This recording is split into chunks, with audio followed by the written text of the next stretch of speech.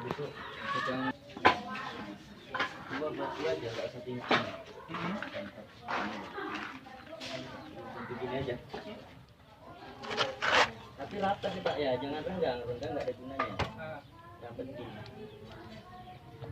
Itu kan pakai Ini sebagai pembuangan kotoran setiap hari, buang kotoran tai dan sisa pakan lele yang ada mengendap di dasar kolam.